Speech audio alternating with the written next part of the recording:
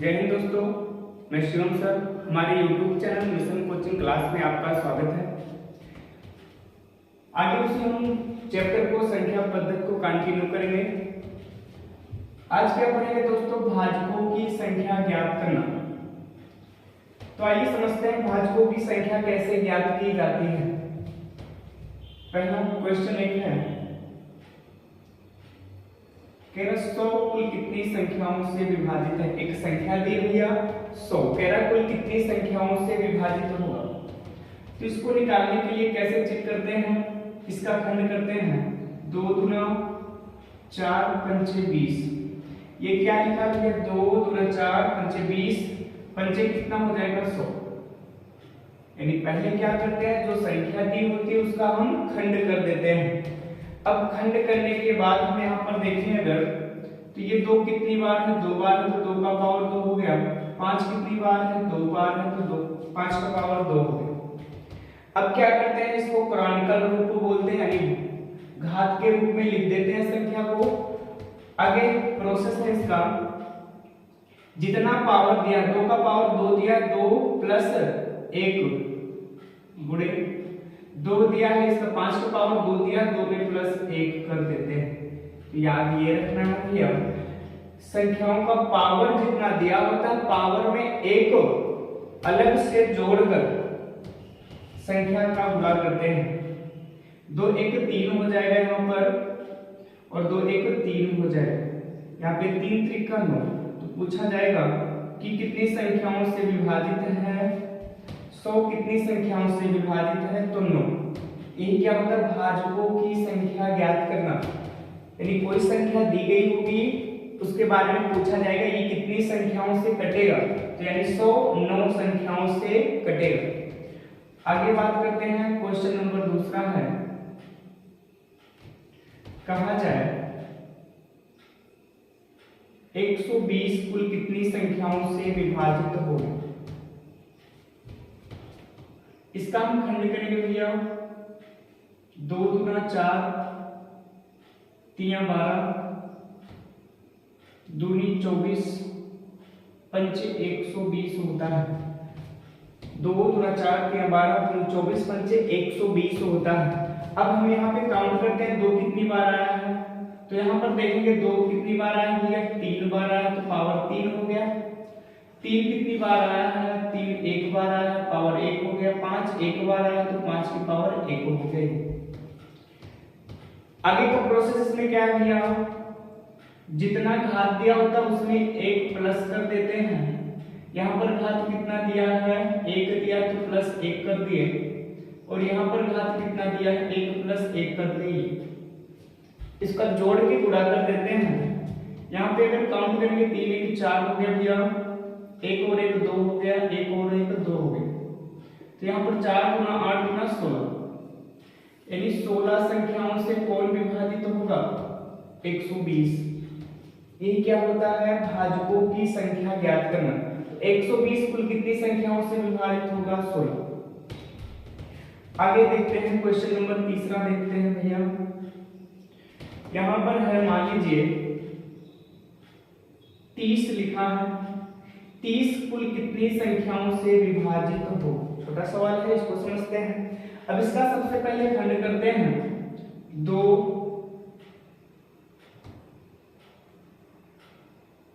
पंचे 10 3 30, 2 पंचे 10 3 30। अब यहां पर देखते हैं 2 का पावर कितना है भैया?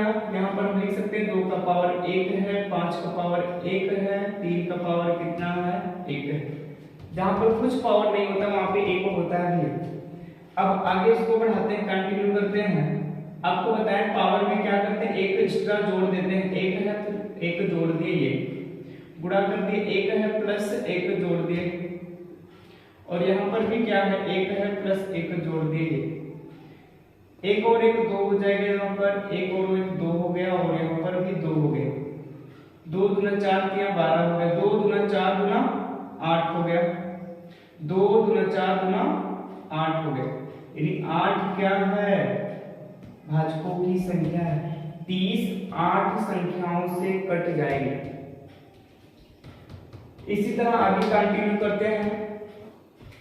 आगे चौथा क्वेश्चन है, कहा जाए 525 कुल कितनी संख्याओं से विभाजित होगी।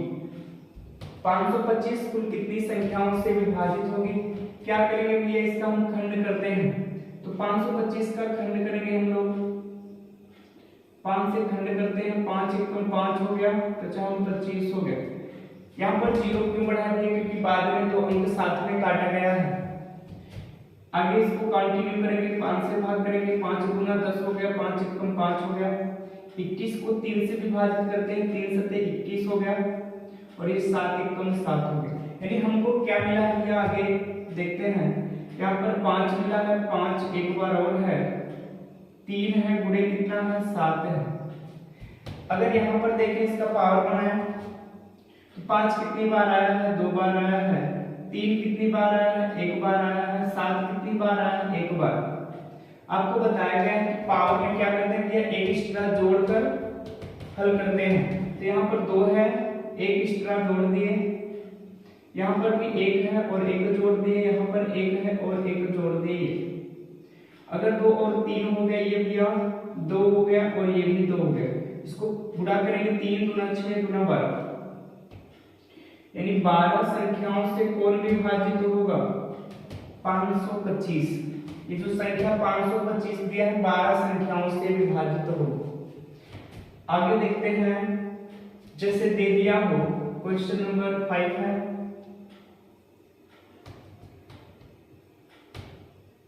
तीन 320 कुल कितनी संख्याओं से विभाजित हो। 320 कुल कितनी संख्याओं से विभाजित होता है, उसी को बोलते हैं भाजकों की संख्या ज्ञात करना। अब इसको हम हल करते हैं। 320 का पहले खंड करते हैं, 2 दूना 4 दूना 8 दूना 16 दूनी 32 दूना 64 पंचे 320। 2 दूना 4 दूनी 8 दूनी 16 दूनी 32 दूना 64 पंचे कितना होता है भैया, 320। अब हम यहाँ पर देखते हैं 2 कितनी बार है, 1 2 3 4 5 6, यानी 2 का पावर कितना दिया 6 है, गुणे 5 का पावर कितना है 1 है। आपको बताया गया पावर में एक एक्स्ट्रा जोड़कर हल करते हैं। यहाँ पर भी क्या करेंगे, एक प्लस में जोड़ देते हैं। यहाँ पर 6 और 1 7 हो गया भैया, और 1 और 1 2 हो गया, 7 दूना 14 हो गया, यानी 14 संख्याओं से कौन विभाजित होगा, 320। और एक छोटा सवाल, एक अतिरिक्त एग्जाम्पल से हम समझते हैं।